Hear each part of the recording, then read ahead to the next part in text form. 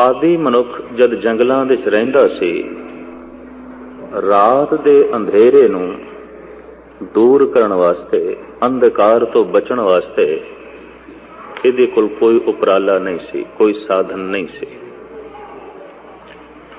ਲੱਕੜਾਂ ਨੂੰ ਬਾਲ ਕੇ ਥੋੜੇ ਜਿਹੀਆਂ ਦੂਰ ਦਾ ਚਾਨਣਾ ਕਰ ਲੈਣਾ, ਬਸ ਇਸ ਢੰਗ ਨਾਲ ਇਹ ਜੀ ਰਿਹਾ ਸੀ ਤੇ ਜੰਗਲੀ ਜਾਨਵਰਾਂ ਤੋਂ ਆਪਣੀ ਰੱਖਿਆ ਕਰ ਰਿਹਾ ਸੀ। ਸਹਿਜੇ ਸਹਿਜੇ ਇਹਨੇ ਤੇਲ ਦੇ ਦੀਵੇ ਜਲਾਏ, ਲਾਲਟੈਨ ਆਈ ਔਰ ਤਰ੍ਹਾਂ ਤਰ੍ਹਾਂ ਦੇ ਹੋਰ ਸਾਧਨ ਉਪਲਬਧ ਹੋਏ ਔਰ ਮਨੁੱਖ ਨੇ ਇਸ ਬਿਜਲੀ ਨੂੰ ਪੈਦਾ ਕੀਤਾ ਜਿਸ ਨੇ ਰਾਤ ਦੇ ਅੰਧੇਰੇ ਨੂੰ ਦਿਨ ਦੀ ਰੋਸ਼ਨੀ ਵਿੱਚ ਬਦਲ ਦਿੱਤਾ।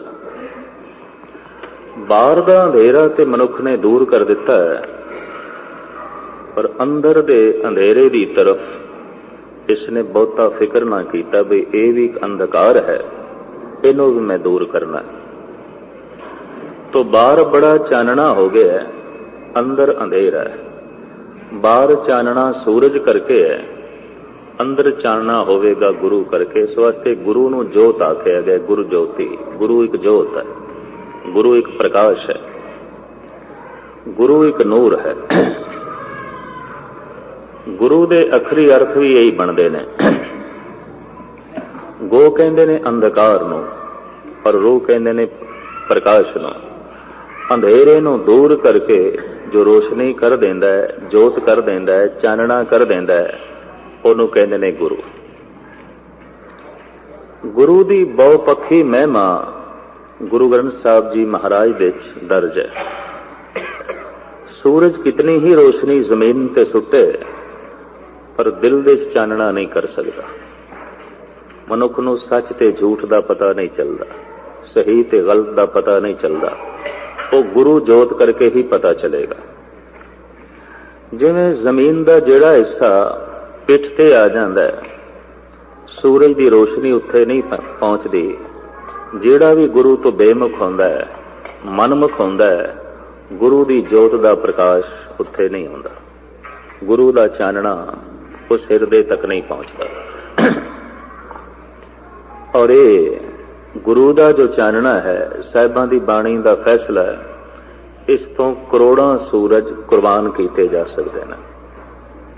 ਕਾਰਨ ਕਿ ਜਿੰਨੇ ਚਿਰ ਤੱਕ ਮਨ ਵਿੱਚ ਚਾਨਣਾ ਨਹੀਂ ਆਉਂਦਾ, ਦੁੱਖ ਤੇ ਸੰਤਾਪ ਬਣਿਆ ਹੀ ਰਹਿੰਦਾ, ਵਿਪਤਾ ਬਣੀ ਰਹਿੰਦੀ ਹੈ। ਇਹ ਸੂਰਜ ਇੱਕ ਨਹੀਂ, ਭਾਵੇਂ ਕਰੋੜਾਂ ਵੀ ਚੜ ਪੈਣ ਤਾਂ ਵੀ ਜ਼ਿੰਦਗੀ ਦੇ ਮਸਲੇ ਹੱਲ ਨਹੀਂ ਕਰ ਸਕਦੇ। ਇਸ ਵਾਸਤੇ ਸਾਹਿਬਾਂ ਦੀ ਬਾਣੀ ਨੇ ਸਪਸ਼ਟ ਕਹਿ ਦਿੱਤਾ, ਜੇ ਸੋ ਚੰਦਾ ਉਗਵੇ ਸੂਰਜ ਚੜੇ ਹਜ਼ਾਰ, ਇਹਤੇ ਚਾਨਣ ਹੁੰਦਿਆਂ ਗੁਰ ਬਿਨ ਘੋਰ ਅੰਧਾਰ। ਇਹ ਘੋਰ ਅੰਧਾਰ ਮਨੁੱਖ ਦੀ ਦੁਨੀਆ ਵਿੱਚ ਬਹੁਤ ਵਧਿਆ ਹੈ। ਕਾਰਨ ਮਨੁੱਖ ਗੁਰੂ ਤੋਂ ਟੁੱਟਿਆ, ਗੁਰ ਜੋਤੀ ਤੋਂ ਟੁੱਟਿਆ। ਗੁਰੂ ਦੇ ਜਿਹੜੇ ਬਹੁਪੱਖ ਗੁਰੂ ਗ੍ਰੰਥ ਸਾਹਿਬ ਜੀ ਮਹਾਰਾਜ ਨੇ ਪੇਸ਼ ਕੀਤੇ ਨੂੰ ਮੈਂ ਤੁਹਾਡੇ ਸਾਹਮਣੇ ਰੱਖਾਂ। ਗੁਰ ਦਾਤਾ ਗੁਰ ਹਿਵੇ ਘਰ, ਗੁਰ ਦੀਪਕ ਤਹਿ ਲੋਏ। गुरु दाता है, जैसे सूरज दाता है। सूरज करके ही जमीन ਨੂੰ सब कुछ मिलता है। धुप है, बरखा हो रही है, हरियावल है, बनस्पति फुटती है, इस एक सूरज करके जमीन की जिंदगी चल रही है। सूरज एको रुत अनेक, नानक करते के केते वेश। हू बहु जिथे बाहरों दाता ये सूरज है, अंदर दा दाता गुरु है। और अंदर दी हरियावली, खेड़ा, मस्ती, सुख, शांति, सकून सब गुरु दे आसरे ते है। एक सूरज ठंडा पै जाए, समुच्चा ब्रह्मंड बाहरों ठंडा पै जाएगा, खत्म हो जाएगा। और जिस जिस थां दे उत्ते गुरु दी जोत ना पहुंचे, कहंदे ने वो बंदा अंदरों मर जांदा है, मुर्दा हो जांदा है, ਉਹਦੇ ਅੰਦਰ ਕੋਈ ਸੋਝ ਨਹੀਂ ਹੋਵੇਗਾ। ਸਾਹਿਬ ਕਹਿੰਦੇ ਨੇ ਗੁਰ ਦਾਤਾ ਗੁਰ ਹਿਵੇ ਘਰ। ਹਿਵੇ ਘਰ ਹਿਮਾਲਿਆ ਦਾ ਘਰ, ਬਰਫ਼ ਦਾ ਘਰ। ਗੁਰੂ ਸੀਤਲ ਹੈ, ਸੂਰਜ ਗਰਮ ਹੈ, ਗੁਰੂ ਦਾ ਪ੍ਰਕਾਸ਼ ਠੰਡਾ ਪ੍ਰਕਾਸ਼ ਹੈ। गुरु दी जोत ठंडी जोत है, जो चानना भी है पर शीतल भी है। गुरु दी भगत है लोए, गुरु दी जोत दी बहुत दूर तक पहुंच है। फिर साहब ऐसा भी कहते ने कि नानक गुरु बिन मन का ताक न उगड़े, अवर न कूंजी हथ। जिथे आत्म ज्योति का प्रकाशमान है उत्थे एक दरवाजा है, जिसका लंबा चौड़ा खुलासा मैं थोड़े सामने किया है। 10वां द्वार दरवाजा बंद है। नानक गुरु बिन मन का ताग न उगड़े, अवर न पूंजी हथ। इस दरवाजे नूं ताला लगे है, जिहदी चाबी कुंजी गुरु कोल है। अवर न पूंजी हथ। असी अपनी सियाणप नाल इस ताले नूं नहीं खोल सकते। मनुख कितना ही सियाणा हो जाए, पंडित हो जाए, विद्वान हो जाए, जैसे लोकी चतराइयां थां थां ते जाहिर करदे ने, इन्हां चतराइयां दे नाल इह ताला नहीं खुलण लगा और दरवाजा बंद रहेगा और आत्म प्रकाश तक पहुंचना बड़ी औखी गल होवेगी। साहिब कहंदे ने इह कुंजी गुरु कोल है। भगत नामदेव जी महाराज गुरु नूं धोबी भी कहंदे ने। धोबी धोवै बिरह बिराता, राम नाम वाका मन राता। धोबी दा कम है कपड़े धो देना, साफ कर देना। गुरु दा कम है हिरदा शुद्ध कर देना, मन साफ कर देना, मन दी सारी मैल कट देनी। ये गुरु दा कम है। फिर साहब कहंदे ने गुरु वैद भी है, मेरा वैद गुरु गोबिंदा। हर हर नाम औखद मुक देवे, काटे जम की फंदा। वो जमा दे फंदे कट देंदा, विपता और अंदरूनी कलेश नूं मार देंदा है, हरि नाम दी औषधि दे के। इस वास्ते वैद है, गुरु वैद है। हुण निक्की जी मैं बेनती करा, गुरु एक जोत है, ये उदों प्रगट हो जाती उत्थे ज्योति जिथे हिरदा सन्मुख हो जाए। मनमुख ते सन्मुख दो शब्द ने गुरु ग्रंथ साहिब दे, जो गुरु दे सामने आ जाए। हुण सामने आना की है? गुर शब्द नूं मन लवे, गुर शब्द नूं अपने हिरदे च थां देवे, गुरु शब्द नूं टिकावे। मैनू गल भुलदी नहीं, एक सज्जन दी तर्क आखण लगा, ज्ञानी जी सदियां तो हिंदुस्तान दे विच ते बाकी दी दुनिया दे विच पत्थर दी पूजा चलदी रही। चाहे इस्लाम है ते चाहे ईसाईयत है, चाहे बोधी ने, चाहे जैनी ने, चाहे सनातनी ने, किसी न किसी रूप में सारे ही पत्थरां नूं पूजी जांदे ने। कोई कबरां नूं पूजी जांदा है, कोई मज़ारां नूं पूजी जांदा है, कोई मट्ठा नूं पूजी जांदा है, कोई मूर्तियां नूं पूजी जांदा है। सब पत्थर ही पत्थर है। मैनू कहन लगा, गुरु गोबिंद सिंह जी महाराज दे ए वाक बड़े क्रांतिकारी सन के जागत जोत जपै निस बासर, एक बिना मन नैक न आने। पूरन प्रेम प्रतीत सजे, व्रत गोड़ मड़ी मठ भूल न माने। भूल के भी मड़ी नू, मठ नू, कबर नू न मने ते जागदी जोग दा पुजारी होवे। वो कहन लगा, बदकिस्मती ये है कि सारा जगत पत्थर नूं पूज रहा है ते सिख जगत कागज नूं पूज रहा है। ते उहदे शब्द सन। कहन लगा, पत्थर जड़ है, कागज जड़ है। पत्थर ठोस है, कागज भी अपनी थां ते अचेत है। कहंदा, गुरु गोबिंद सिंह जी महाराज की गल खो गई आसमान दे विच, गुरु नानक दे बोल खो गए।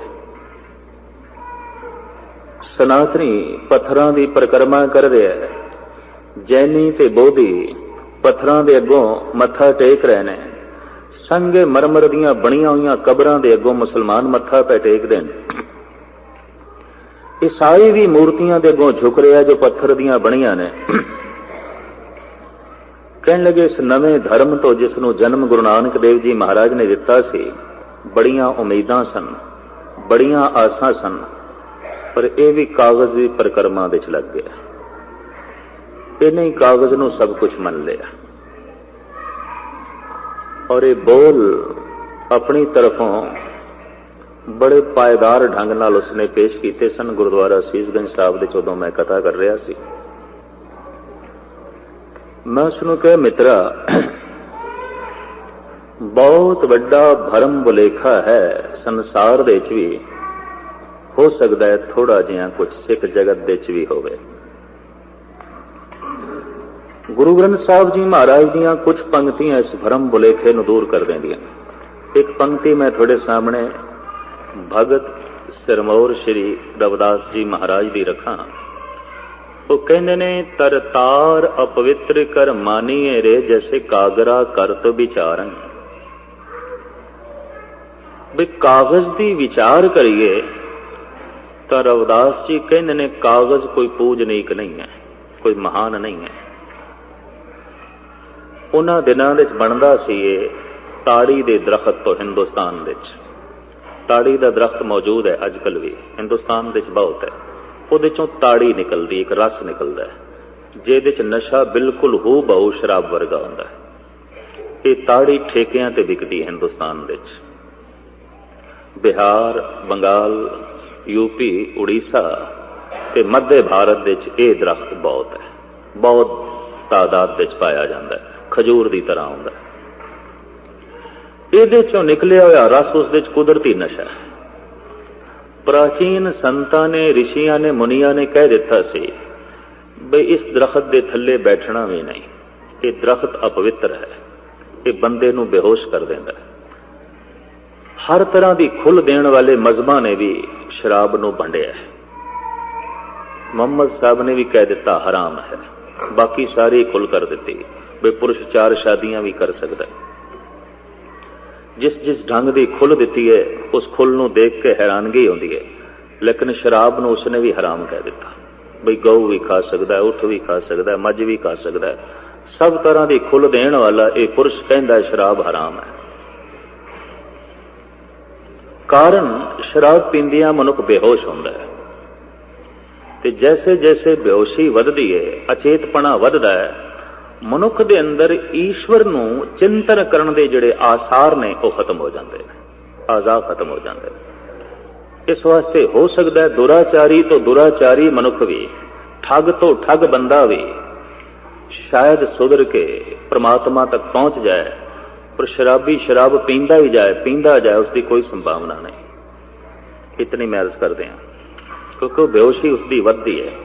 मैनू कुछ श्लोक सुभावक याद आ गए जद मैं निर्मले महात्मा को गुरु ग्रंथ साहब जी महाराज के अर्थ पढ़ता से, उन्होंने मैनू ये प्राचीन बोल नोट कराए सन। बीजिया कलपंत एक अंच 10 कलपंत नागनी, 12 सांसर कलपंत धूमर पान असंख्यान विद्यते। पुराणा दे चों 18 पुराणा दे चों एक पदम पुराण है, ਉਹਦੇ ਚ श्लोक कहते हैं। बीजिया कहते हैं भंग नूं, बीजिया कलपंत एक अंच। जो भंग पींदा है एक जन्म खुआर गया, एक जन्म गया, वो जिंदगी बर्बाद हो गई। क्योंकि कुछ ना कुछ बेहोशी भंग दे च भी है, कुछ ना कुछ अचेतपना इहदे च भी है।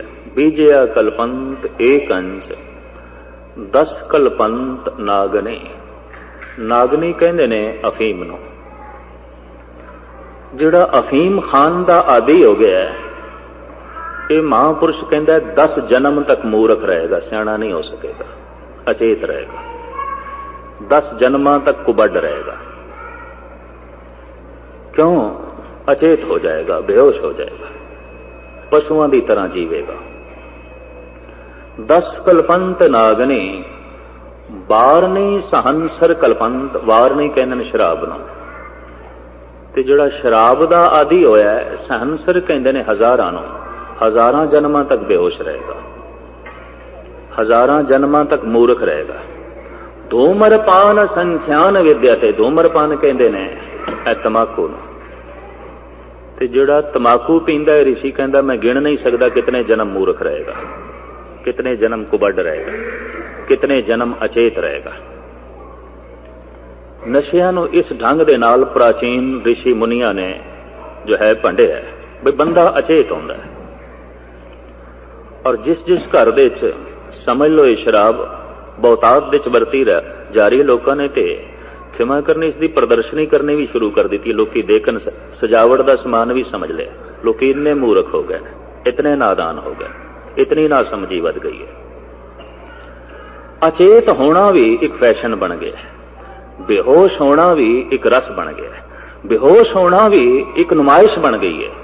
ਤੇ ਜਦ ਬੇਹੋਸ਼ ਹੋਣਾ ਵੀ ਨੁਮਾਇਸ਼ ਬਣ ਜਾਏ, ਐਸੇ ਬੰਦੇ ਨੂੰ ਹੋਸ਼ ਦੇ ਵਿੱਚ ਲਿਆਣਾ ਬੜੀ ਔਖੀ ਗੱਲ ਹੈ, ਕਿਉਂਕਿ ਬੇਹੋਸ਼ੀ ਉਹਦਾ ਸਨਮਾਨ ਹੈ, ਬੇਹੋਸ਼ੀ ਉਸਦੀ ਇੱਜ਼ਤ ਹੈ, ਅਚੇਤਪਣਾ ਹੀ ਉਸਦਾ ਮਾਣ ਤੇ ਸਨਮਾਨ ਹੈ। ਤੋ ਵਾਰ ਨਹੀਂ ਸਹੰਸਰ ਕਲਪੰਤ ਧੂਮ ਮਰਪਾਨ ਅਸੰਖਿਆਨ ਵਿਦਿਆਤੇ। ਇਸ ਸੰਬੰਧ ਵਿੱਚ ਮੈਂ 5-10 ਸ਼ਲੋਕ ਉਹਨਾਂ ਮਹਾਂਪੁਰਸ਼ਾਂ ਤੋਂ ਪੜ੍ਹੇ ਸਨ, ਨੋਟ ਕੀਤੇ ਸਨ, ਯਾਦ ਕੀਤੇ ਸਨ। ਹੈਰਾਨ ਹੋਇਆ ਕਿ ਪ੍ਰਾਚੀਨ ਰਿਸ਼ੀ ਮੁਨੀ ਇਸ ਢੰਗ ਨਾਲ ਸੋਚਦੇ ਰਹੇ ਨੇ। ਗੁਰੂ ਗ੍ਰੰਥ ਸਾਹਿਬ ਜੀ ਮਹਾਰਾਜ ਦੇ ਵਿੱਚ ਬਹੁਤ ਕੁਝ ਹਵਾਲੇ ਨੇ, ਪਰ ਇਸ ਵਕਤ ਜੋ ਕੁਝ ਮੈਂ ਕਹਿਣਾ ਚਾਹੁੰਦਾ ਉਸ ਥਾਂ ਤੋਂ ਨਾ ਤਿੜਕਾਂ।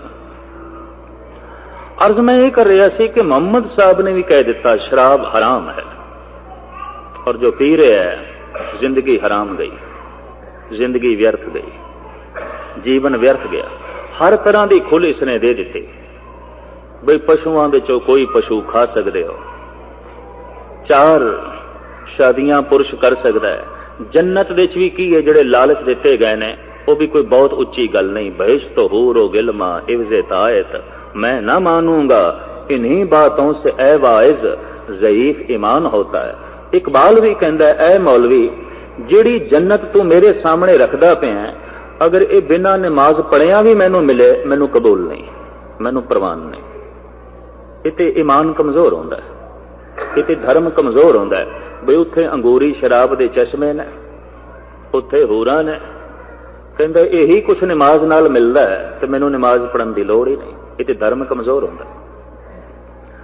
ਗਰਜ਼ ਕੇ ਸਿਆਣੇ ਜਿਹੜੇ ਨੇ ਉਹ ਇਸ ਚੀਜ਼ ਨੂੰ ਭੰਡਦੇ ਨੇ ਬਈ ਨਹੀਂ ਇਹ ਤੇ ਬੇਹੋਸ਼ ਕਰਦੀ ਹੈ, ਬੰਦੇ ਨੂੰ ਅਚੇਤ ਕਰ ਦਿੰਦੀ ਹੈ। ਔਰ ਉਹ ਸਿਲਸਿਲਾ ਜਿਹਦੇ ਨਾਲ ਬੰਦਾ ਰੱਬ ਦਾ ਨਾਂ ਜਪ ਸਕਦਾ ਹੈ, ਪ੍ਰਭੂ ਦਾ ਚਿੰਤਨ ਕਰ ਸਕਦਾ ਹੈ, ਉਹ ਸਾਰੇ ਦਾ ਸਾਰਾ ਜਿਹੜਾ ਸਿਲਸਿਲਾ ਹੈ ਅਚੇਤ ਹੋ ਜਾਂਦਾ ਹੈ। तो मैं अर्ज करा ਜਿਹੜਾ ਤਾੜੀ ਦਾ ਦਰਖਤ ਹੈ, ਇਹਦੇ ਚ ਜਿਹੜਾ ਇੱਕ ਰਸ ਨਿਕਲਦਾ ਹੈ ਉਹਦੇ ਚ ਬੇਹੋਸ਼ੀ ਸ਼ਰਾਬ ਵਰਗੀ ਹੈ। तो ਭਗਤ ਰਵਿਦਾਸ ਜੀ ਕਹਿੰਦੇ ਨੇ ਕਰ ਤਾਰ ਅਪਵਿੱਤਰ ਕਰ ਮਾਨੀਏ ਰੇ। ਤਾੜੀ ਦਾ ਦਰਖਤ ਅਪਵਿੱਤਰ ਕਰਕੇ ਮੰਨਿਆ ਜਾਂਦਾ, ਅਪਵਿੱਤਰ ਹੈ। ਸ਼ਾਸਤਰਕਾਰ ਇਤਨਾ ਵਰਜਿਤ ਕਰਦੇ ਨੇ ਬਈ ਇਹਦੇ ਥੱਲੇ ਵੀ ਨਾ ਬੈਠੋ, ਇਸ ਦਰਖਤ ਦੇ, ਇਹਦੇ ਕੋਲੋਂ ਵੀ ਨਾ ਲੰਘੋ। ਇਹਦੀ ਹਵਾ ਵਿੱਚ ਵੀ ਬੇਹੋਸ਼ੀ ਹੈ, ਇਹਦੀ ਹਵਾ ਦੇ ਵਿੱਚ ਵੀ ਕੋਈ ਨਸ਼ਾ ਹੈ, ਇਹਦੇ ਕੋਲ ਵੀ ਨਾ ਬੈਠੋ।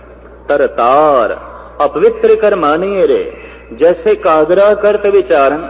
ਲੇਕਿਨ ਪੁਰਾਣਾ ਕਾਗਜ਼ ਇਸੇ ਤਾੜੀ ਦੇ ਦਰਖਤ ਤੋਂ ਬਣਦਾ ਸੀ। ਇਹਨੂੰ ਕੱਟ ਕੇ ਸੁਕਾ ਕੇ ਫਿਰ ਇਸ ਦੇ ਬੁਰਾਦੇ ਤੋਂ ਕਾਗਜ਼ ਬਣਦਾ ਸੀ। ਸਭ ਤੋਂ ਪਹਿਲੇ ਹਿੰਦੁਸਤਾਨ ਦੇ ਕਾਗਜ਼ ਬਣਾਇਆ ਗਿਆ ਤਾੜੀ ਦੇ ਦਰਖਤ ਤੋਂ। ਇਹਦੇ ਲੱਕੜ ਛਿਲਕਾ ਇਸ ਢੰਗ ਦਾ ਹੈ ਕਿ ਕਾਗਜ਼ ਆਸਾਨੀ ਨਾਲ ਬਣ ਸਕਦਾ। ਔਰ ਗਾਲਬਨ कोई 1500 साल पहले कहते ने यह कागज आलमे वजूद दे आया। इस तो पहले भोज पत्रों ते लिखिया जाता सी, सब कुछ भोज पत्रों के उत्ते।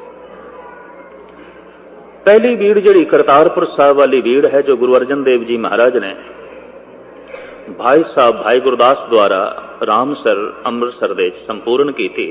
कागज बड़ा मोटा है, ताड़ी दे बुरादे दा। कम से कम 5-6 बंदे चाहिए तो उस भीड़ का प्रकाश हो सकता, कला बंदा नहीं कर सकता। घट तो घट 5-6 मन के करीब वजन है। एक एक पत्थरा बहुत वड्डा है, बहुत वड्डी स्याही नाल और बड़े सोहने ढंग नाल भाई साहब भाई गुरदास ने अपने हत्थां नाल वो लिखे। तो दरख्त जिहड़ा ताड़ी दा है उहदे बुरादे तो कागज बनदा है। रविदास कहते हैं जे दरख्त पूजनीक नहीं तो फिर कागज भी पवित्र नहीं। तर तार अपवित्र कर मानिए रे जैसे कागरा करत विचारन। कागज दी विचार करिए ते कागज भी कोई पूजनीक चीज नहीं है, पर भगत भगौत लिखिए तैं ऊपर पूजिए कर नमस्कार। उस अपवित्र कागज दे उत्ते जद भगवत की महिमा लिख दी जाती है, रब का नां लिख दिता जाता है, रविदास कहते हैं पूजनीक बन जाता है। कागज नूं कौन मत्था टेकदा है? रब दे नां नूं मत्था टेकदे हैं। जद मैं उसनूं कहा बई थानूं भुलेखा असीं कागज दे पुजारियां, 1430 सफ़े की भीड़ होवे, शब्द एक भी ना लिखिया होवे, सिख नहीं मत्था टेकेगा, चाहे सोने की पालकी क्यों ना प्रकाश होवे। सिख शब्द का पुजारी है, सिख ज्ञान का पुजारी है, ते ज्ञान शब्दां दे विच है, ज्ञान अखरां दे विच है। अखरी नाम, अखरी साला, अखरी ज्ञान, गीत गुण गा, अखरी लिखण, बोलण बाण, अखरां सिर, संजोग वखाण। तो ये सब कुछ अखरां दे उत्ते ही मुनसर है। और मनुख दी दुनिया दे चों अखर खो जान, सारा जिहड़ा विकास है वो सब दा सब रुक जाएगा, सारी तरक्की रुक जाएगी। इस वास्ते पखंड के प्रचार वास्ते भी अखरां की लोड़ पैंदी है, सच के प्रचार वास्ते भी अखरां की लोड़ पैंदी है। ते जिन्हां अखरां दे विच निरा संसार का ज्ञान है उन्होंने कहते हैं शब्द, ते जिन्हां अखरां दे विच करतार का ज्ञान है उन्होंने कहते हैं गुर शब्द। ये सिरमौर शब्द है, ये गुरु का शब्द है, आम शब्द नहीं है, आम बोल नहीं है। ये परमात्मा का ज्ञान है, ये ईश्वर का ज्ञान है, ये रब्बी ज्ञान है। हुण कोई बंदा सिंघासन ते बैठा होवे ते गुरु होने का दावा करे ते उहदे ते चौर भी हो रही होवे, जैसे कि हैगे ने इस वक्त, ते वो कुछ बोल रहे होवे, ते सवाल ये पैदा होंदा है हिरदे विच उपदेश नूं वसावांगे कि उपदेशक नूं। एक सवाल है, आपस में बैठे हुण इत्थे विचार ही ते करनी है। गुरु दुआरे होए सोजी पाए सी, इस तरह की सूझ समझ इत्थे लैनी। हिरदे विच उपदेश नूं वसाना है या उपदेशक नूं? जे कहो उपदेशक नूं वसाना है तो उपदेश सुनन की लोड़ की, वक्त क्यों बर्बाद करना, फिर समा क्यों बर्बाद करना, फिर ते वक्त बर्बाद करना है। ते जे कहो उपदेश नूं थां देनी है ते उपदेश नाल ही हिरदा बदलदा है, तो फिर उपदेश वड्डा है, उपदेशक नहीं वड्डा। फिर उपदेश महान है, उपदेशक महान नहीं। सत्कार है उस घड़े का जिहदे चों पानी पीता गया, सत्कार है। भाई साहब भाई गुरदास जी ने एक इशारा बड़ा सोहना कीता है, कहते रेगिस्तान दे टिबियां दे चों एक बंदा जिहदा रोम रोम त्रिहाया है, प्यासा है, लंघिया जा रहा है, पानी की मंग है, पानी किधरे है नहीं। हुण सैरा दे च रेत दे च पानी कित्थे? सैकड़े मील तक रेत ही रेत। मायूस है, उदास है। दूर उसनूं दो दरख्त दिस पै, लंबे चौड़े सहरा दे च जिहड़े दो दरख्त किधरे दिस पै ने, इनू अरबी दे च कहंदे ने नखलिस्तान। बई ते नखलिस्तान है, इत्थे पानी जरूर होवेगा, वरना सैकड़े मील तक जिथे रेत दे टिब्बे ने पानी है को नहीं। ये दो दरख्त इस गल का सबूत ने इत्थे पानी होवेगा। तो उसकी कुछ उम्मीद बरा आई, वो तिखा चलन लग पिया भी पानी मिलेगा। पहुंच गया दरख्तां दे कोल, उत्थे दो घड़े पए सन, खुश हो गया भी प्राण बच गए। उन्हें घड़े का ढक्कन चुकिया, घड़ा खाली, पानी है ही नहीं सी, मायूस हो गया। फिर दूसरे घड़े का ढक्कन चुकिया, उत्थे पानी है सी, उन्हें रज के पीता, अपनी प्यास बुझाई। हुण सवाल पैदा होंदा है, उहदी प्यास घड़े ने बुझाई कि पानी ने? प्यास पानी नाल बुझदी है, चाहे वह घड़े दे च होवे, चाहे बोतल दे च होवे, चाहे दरिया दे च होवे, चाहे सरोवर दे च होवे, चाहे पानी खूह दे च होवे। प्यास पानी नाल बुझेगी, घड़े नाल नहीं। एक बंदा कहता मैं दरिया तो अपनी प्यास बुझाई है, कित्थे दरिया दे च पानी ना होवे, सुके दरिया भी तो होंदे ने, फिर किस तरह प्यास बुझाओगे? एक कहता मैं बोतल तो अपनी प्यास बुझाई है, बोतल दे च पानी ना होवे, किस तरह बुझाएगा? कच नाल थोड़ी प्यास बुझदी है। प्यास पानी तो बुझेगी। आत्मक शांति बंदे नूं ज्ञान तो मिलती है। ये ज्ञान चाहे दीवारां ते लिखिया होवे, चाहे कागज ते लिखिया होवे, चाहे मनुख दे हिरदे च लिखिया होवे, आत्मक शांति ज्ञान तो मिलती है। सत्कार है उस दीवार दा जिथे अखर लिखे सन, सत्कार है उस कागज दा जिथे अखर लिखे सन, सत्कार है उस हिरदे दा जिथों निकलिया सी। लेकिन हुण दीवार ये आख देवे मैं ही पानी हाँ, घड़ा ये आख देवे मैं पानी हाँ, तो गल नहीं बनेगी। घड़े नाल प्यास नहीं बुझदी, पानी नाल प्यास बुझदी है। तो उपदेश नाल हिरदा बदलदा है, उपदेशक नाल नहीं। ते जे हिरदे दे विच उपदेश नूं थां देनी है ਤਾਂ ਫਿਰ ਉਪਦੇਸ਼ ਵੱਡਾ ਹੈ, ਉਪਦੇਸ਼ਕ ਛੋਟਾ ਹੈ। ਸੁਨ ਉਪਦੇਸ਼ ਹਿਰਦੇ ਬਸਾਓ, ਮਨ ਇੱਛੇ ਨਾਨਕ ਫਲ ਪਾਓ। ਸਾਹਿਬ ਕਹਿੰਦੇ ਨੇ ਮਨ ਇੱਛਤ ਫਲ ਲੈ ਲਓ, ਉਪਦੇਸ਼ ਨੂੰ ਹਿਰਦੇ 'ਚ ਥਾਂ ਦਿਓ, ਗੱਲ ਮੁਕਾਓ ਬਾਕੀ। ਤੇ ਜਿਸ ਵਕਤ ਉਪਦੇਸ਼ ਨੂੰ ਬੰਦਾ ਹਿਰਦੇ 'ਚ ਥਾਂ ਦਿੰਦਾ ਹੈ, ਹਿਰਦੇ 'ਚ ਚਾਨਣਾ ਹੋ ਜਾਂਦਾ ਹੈ, ਹਿਰਦੇ 'ਚ ਪ੍ਰਕਾਸ਼ ਹੋ ਜਾਂਦਾ ਹੈ, ਹਿਰਦੇ 'ਚ ਨੂਰ ਹੋ ਜਾਂਦਾ ਹੈ। ਬਾਹਰ ਦੀ ਦੁਨੀਆ ਦੇ 'ਚ ਰੋਸ਼ਨੀ ਅਸੀਂ ਸੂਰਜ ਤੋਂ ਲਵਾਂਗੇ, ਅੰਦਰ ਦੀ ਦੁਨੀਆ ਦੇ 'ਚ ਰੋਸ਼ਨੀ ਅਸੀਂ ਗੁਰਸ਼ਬਦ ਤੋਂ ਲਵਾਂਗੇ। ਇਸ ਤੋਂ ਹੀ ਮਿਲੇਗੀ। ਇਸ ਤੋਂ ਬਿਨਾ ਇਹ ਨੂਰ ਲੈਣਾ ਬੜੀ ਔਖੀ ਗੱਲ ਹੈ, ਇਹ ਚਾਨਣਾ ਲੈਣਾ ਬੜੀ ਔਖੀ ਗੱਲ ਹੈ। ਗਾਲਬਨ 4 ਸਾਲ ਪਹਿਲੇ ਦੀ ਗੱਲ ਹੈ, ਸੁਭਾਵਕ ਗੱਲ ਚੱਲ ਪਈ। ਦਿੱਲੀ ਰਾਮਲੀਲਾ ਗਰਾਊਂਡ ਦੇ ਵਿੱਚ ਆ ਨਿਰੰਕਾਰੀ ਗੁਰੂ ਨੂੰ ਕਿਧਰੇ ਧਨ ਨਾਲ ਤੋਲਿਆ ਗਿਆ ਤਰਾਜ਼ੂ ਤੇ ਤਰਾਜ਼ੂ ਦੇ ਉੱਤੇ ਪੰਕਤੀ ਲਿਖੀ ਗਈ ਗੁਰੂ ਗ੍ਰੰਥ ਸਾਹਿਬ ਦੀ, ਆਪੇ ਕੰਡਾ ਤੋਲ ਤੁਰਾਜੀ ਆਪੇ ਤੋਲਣ ਹਾਰਾ। ਇਹ ਪੰਕਤੀ ਲਿਖੀ ਹੋਈ ਸੀ, ਇਹਦੀਆਂ ਫੋਟੋਆਂ ਛਪੀਆਂ ਨੇ ਬਕਾਇਦਾ ਗੁਰਦੁਆਰਾ ਗਜਟ ਦੇ ਸ਼੍ਰੋਮਣੀ ਕਮੇਟੀ ਨੇ ਛਾਪੀਆਂ। ਔਰ ਜਿਨ੍ਹਾਂ ਦਿਨਾਂ 'ਚ ਇਹ ਵਾਕਿਆ ਹੋ ਰਿਹਾ ਸੀ, ਉਹਨਾਂ ਦਿਨਾਂ 'ਚ ਮੈਂ ਗੁਰਦੁਆਰਾ ਸੀਸਗੰਜ ਸਾਹਿਬ ਗੁਰੂ ਤੇਗ ਬਹਾਦਰ ਸਾਹਿਬ ਜੀ ਮਹਾਰਾਜ ਦੇ ਗੁਰਪੁਰਬ ਦੇ ਸੰਬੰਧ ਵਿੱਚ ਆਇਆ ਹੋਇਆ ਸੀ, ਉੱਥੇ ਹਾਜ਼ਰੀ ਭਰ ਰਿਹਾ ਸੀ। ਔਰ ਇਹ ਸਾਰਾ ਪ੍ਰੋਗਰਾਮ ਟੀਵੀ ਤੇ ਵੀ ਨਸ਼ਰ ਹੋਣਾ ਸੀ, ਔਰ ਚਾਰੋਂ ਪਾਸੇ ਥਾਂ ਥਾਂ ਤੇ ਪੋਸਟਰ ਵੀ ਲੱਗੇ ਹੋਏ ਬਹੁਤ ਵੱਡੇ, ਵੀ ਕੱਲ ਨੂੰ ਇਸ ਗੁਰੂ ਨੂੰ ਨੋਟਾਂ ਦੇ ਨਾਲ ਸੋਨੇ ਦੇ ਨਾਲ ਤੋਲਿਆ ਜਾਏਗਾ। ਕੁਦਰਤੀ ਗੱਲ ਹੈ ਕਿ ਮਨੁੱਖ ਦੇ ਜ਼ਿਹਨ ਦੇ ਉੱਤੇ ਧਨ ਦਾ ਬਹੁਤ ਵੱਡਾ ਪ੍ਰਭਾਵ ਹੈ। ਸਿਆਣੇ ਕਹਿੰਦੇ ਕਬੀਰ ਮਹਾਤਮਾ ਬੁੱਧ ਨਾਲੋਂ ਬਿਲਕੁਲ ਘੱਟ ਨਹੀਂ ਸੀ, ਰਵਿਦਾਸ ਸਵਾਮੀ ਮਹਾਵੀਰ ਨਾਲੋਂ 1 ਇੰਚ ਵੀ ਪਿੱਛੇ ਨਹੀਂ ਹੈ, ਬਾਬਾ ਫਰੀਦ ਸਦਨਾ ਤੇ ਸੈਨ ਕ੍ਰਿਸ਼ਨ ਦੀ ਗੀਤਾ ਨਾਲੋਂ ਪਿੱਛੇ ਨਹੀਂ ਨੇ, ਰਾਮ ਦੇ ਬੋਲਾਂ ਨਾਲੋਂ ਪਿੱਛੇ ਨਹੀਂ। ਪਰ ਹਿੰਦੁਸਤਾਨ ਵਿੱਚ ਜਿਤਨੀ ਗੱਲ ਰਾਮ ਦੀ ਹੋਈ, ਜਿਤਨੀ ਕ੍ਰਿਸ਼ਨ ਦੀ ਹੋਈ, ਉਤਨੀ ਰਵਿਦਾਸ ਦੀ ਨਹੀਂ ਬਣ ਸਕੀ, ਉਤਨੀ ਕਬੀਰ ਦੀ ਨਾ ਬਣ ਸਕੀ। ਜਿਤਨੀ ਗੱਲ ਮਹਾਤਮਾ ਬੁੱਧ ਦੀ ਹੋਈ, ਸਵਾਮੀ ਮਹਾਵੀਰ ਦੀ ਹੋਈ, ਉਤਨੀ ਗੱਲ ਸਦਨੇ ਦੀ ਨਹੀਂ ਬਣ ਸਕੀ, ਸੈਣ ਦੀ ਨਹੀਂ ਬਣ ਸਕੀ, ਤ੍ਰਿਲੋਚਨ ਦੀ ਨਹੀਂ ਬਣ ਸਕੀ।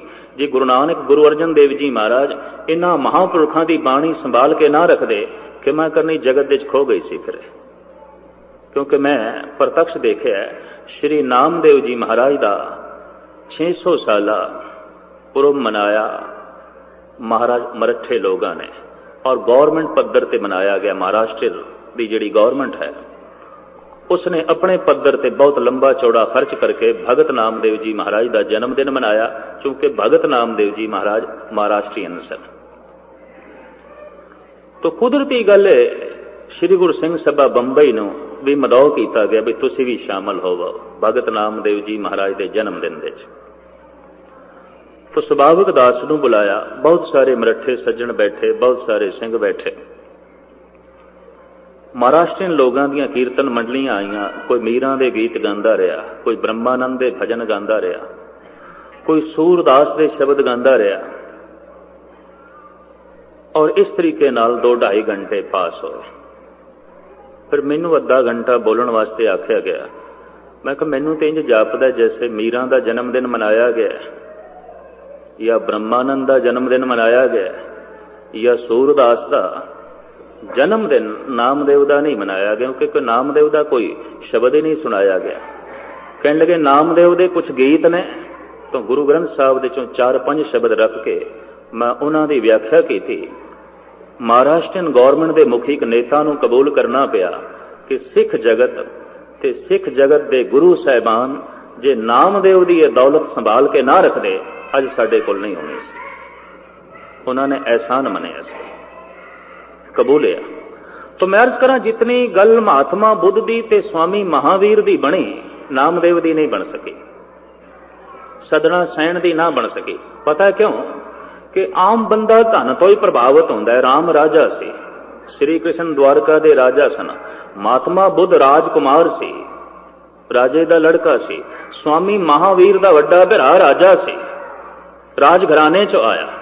ਤਾਂ ਮਨੁੱਖ ਦੇ ਉੱਤੇ ਧਨ ਦਾ ਬੜਾ ਪ੍ਰਭਾਵ, ਵੀ ਲੈ ਰਾਜਾ ਹੁੰਦਿਆਂ ਹੋਇਆਂ ਸੰਤ ਹੈ, ਰਾਜਾ ਹੁੰਦਿਆਂ ਹੋਇਆਂ ਭਿਕਸ਼ੂ ਹੈ, ਰਾਜਕੁਮਾਰ ਹੁੰਦਿਆਂ ਹੋਇਆਂ ਤਪੀਸ਼ਵਰ ਹੈ। ਇਸ ਗੱਲ ਦਾ ਅਸਰ ਕਬੂਲ ਕੀਤਾ। ਕਬੀਰ ਦੀ ਜਦ ਗੱਲ ਚਲੀ ਤਾਂ ਲੋਕਾਂ ਨੇ ਕਹਿ ਦਿੱਤਾ ਜੁਲਾਇਆ ਹੀ ਹੈ, ਔਰ ਕੀ ਹੈ। लोग ताने मारते सन, जुलाया ही है और की है।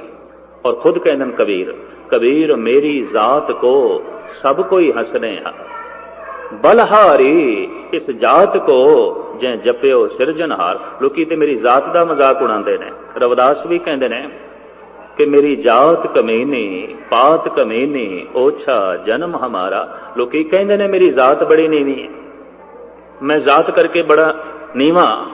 तो लोग अंदाजा कर लेंदे सन की है, जुतियां ही गंढदा पिया चौक दे चौर की है, ये जुलाहा है और की है, वो सदना कसाई ते सी होर की है। तो धनवान ये पुरुष नहीं सन।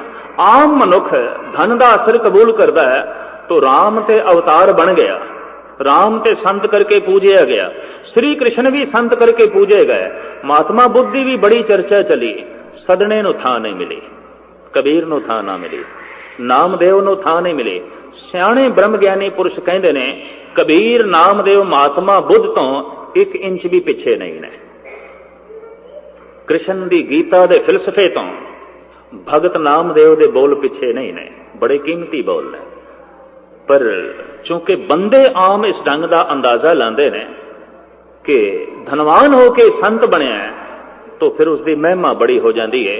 गरीब घरानियां दे ये पुरुष है, इन्हां दे बोलां दी कदर आम दुनियादार बंदियां ने नहीं पाई।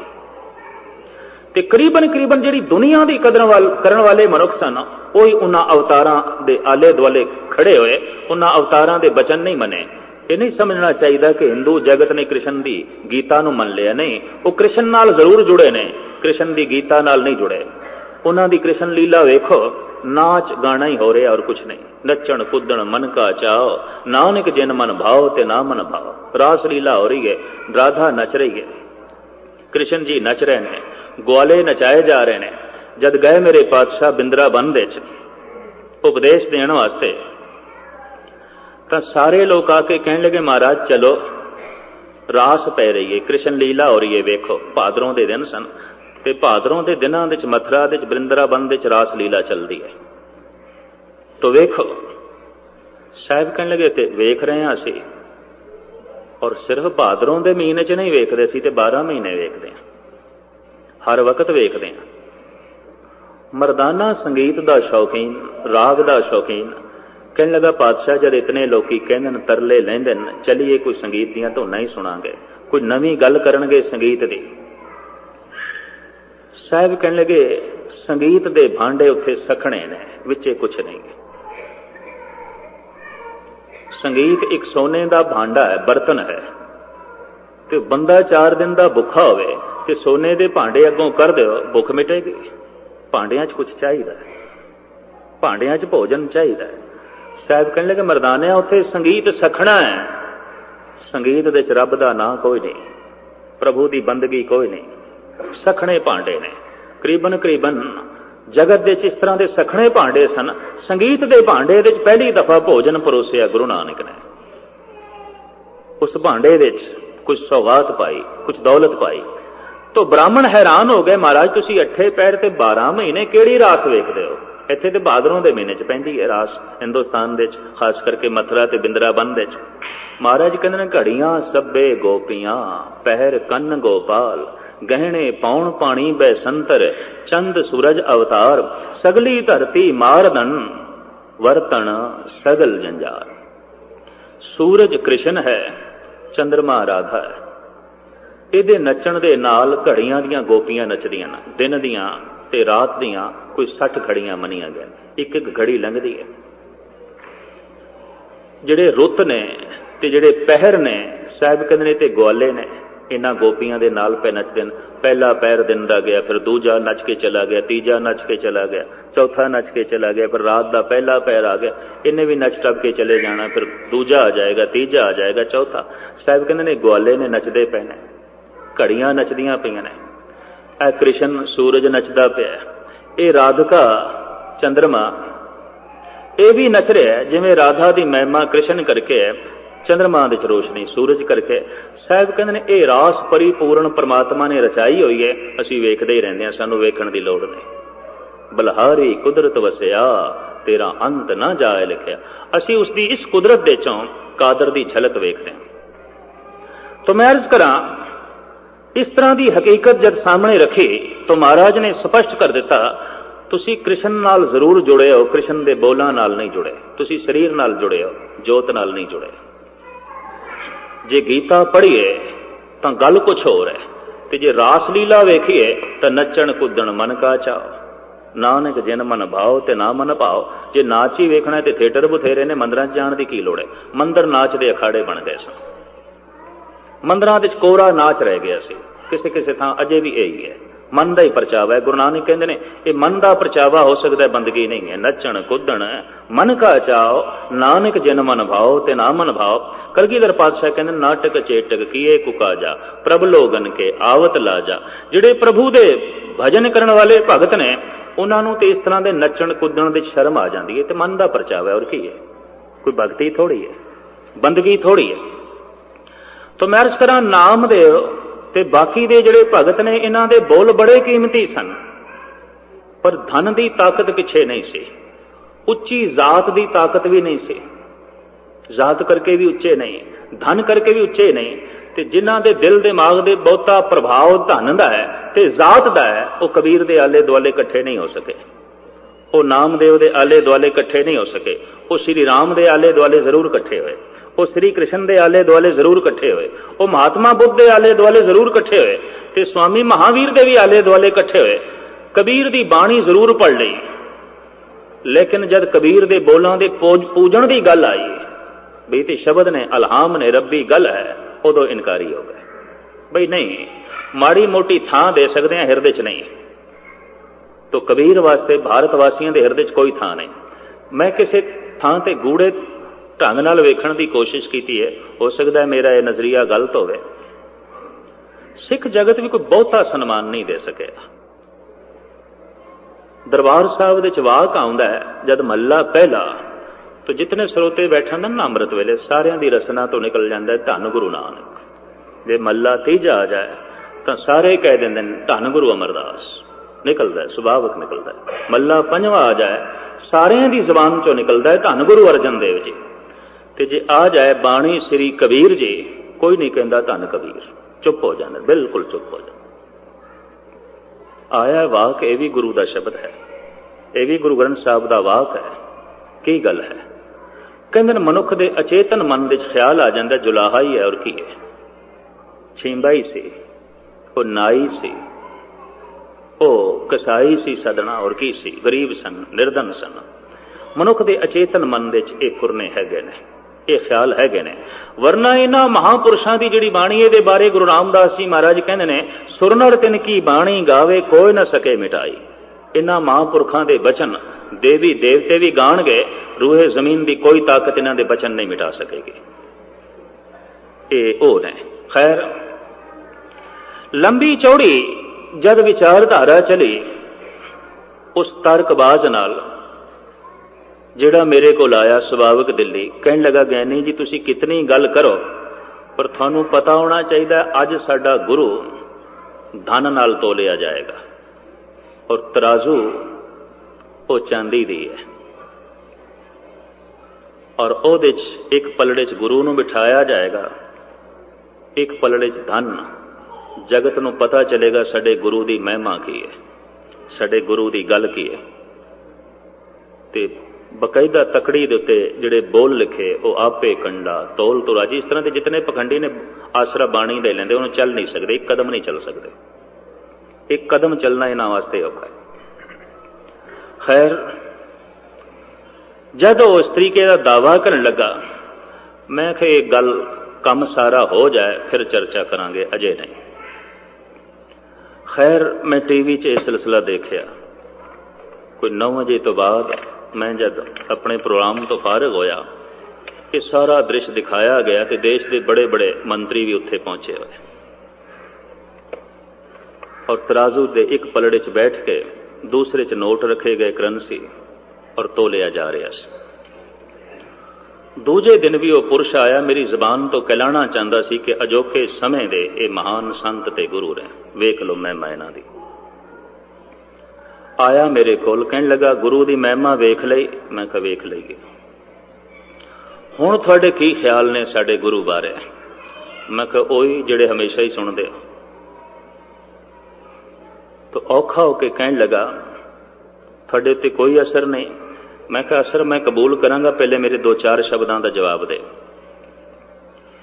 तकड़ी आलमे वजूद विच क्यों आई, तराजू की लोड़ क्यों पै गई? कहंदे ने जद संसार विच सिक्का नहीं सी, करंसी नहीं सी, पैसा धेला नहीं सी, तां वस्तुआं दे बदले वस्तुआं दित्तियां जांदियां सन। गऊ दे दित्ती, मੱਝ ले लई, 2 मੱਝਾਂ दे दित्तियां, एक उठ ले आंदा, 4 उठ दे दिते, एक हाथी ले आंदा, 2 बकरियां दे दित्तियां, 8 बोरियां कणक ले आए। इस तरह ही चलता सी, वस्तु दे बदले वस्तु। पैसा नहीं सी, पैसा धेला नहीं सी। साग सब्जी लेनी है, दाने दे दो, साग सब्जी। समुची दुनिया च ही कुछ सी जद सिक्का नहीं सी। सारी दुनिया दे च वस्तु दे बदले वस्तु दित्ती जांदी सी, ते वस्तु ही धन सी, चीज ही धन सी, वस्तु धन सी। और दूर ना जाइए, देश की वंड तो पहले मैं अपनी अखां नाल वेख्या, अफगानिस्तान तो पठान लोग ये खुश्क मेवा वेचण वास्ते आउंदे सन। तो मैनू अपने पिंड की गल याद है, लोकी एक छाबे च दाने रख देंदे सन, दूजे छाबे च अखरोट ले लेंदे सन, बदाम लेंदे सन। पैसे धेले दी इतनी कोई गल ही नहीं सी, वस्तु दे बदले वस्तु, ये आम चलदी सी। हुण 2 चीज़ां बराबर कीतियां जान, वध घट ना होवन, तराजू की लोड़ पई, तुला की लोड़ पई, तकड़ी की लोड़ पई। मैं कहा एक छाबे दे च, एक पलड़े च तेरा गुरु बैठा, ते दूजे छाबे दे च किन्ने क नोट सन, किन्ना क धन सी? आखण लगा 9 लाख दे नोट सन। तो मैं कहा तेरे गुरु की कीमत 9 लाख, 2 पलड़े बराबर हो गए, इस तो ज्यादा नहीं। ते मैं कहा इस देश दे अरबांपति मौजूद ने, करोड़ांपति मौजूद ने, जिन्हां दी पैरां दी खाक भी तेरा गुरु नहीं है, क्योंकि तकड़ी नाल तुल गया, 2 पलड़े बराबर हो गए, वस्तु दे सामने वस्तु बराबर हो गई। गुरु की कीमत 9 लाख है, इस तो ज्यादा नहीं। और जेड़ा गुरु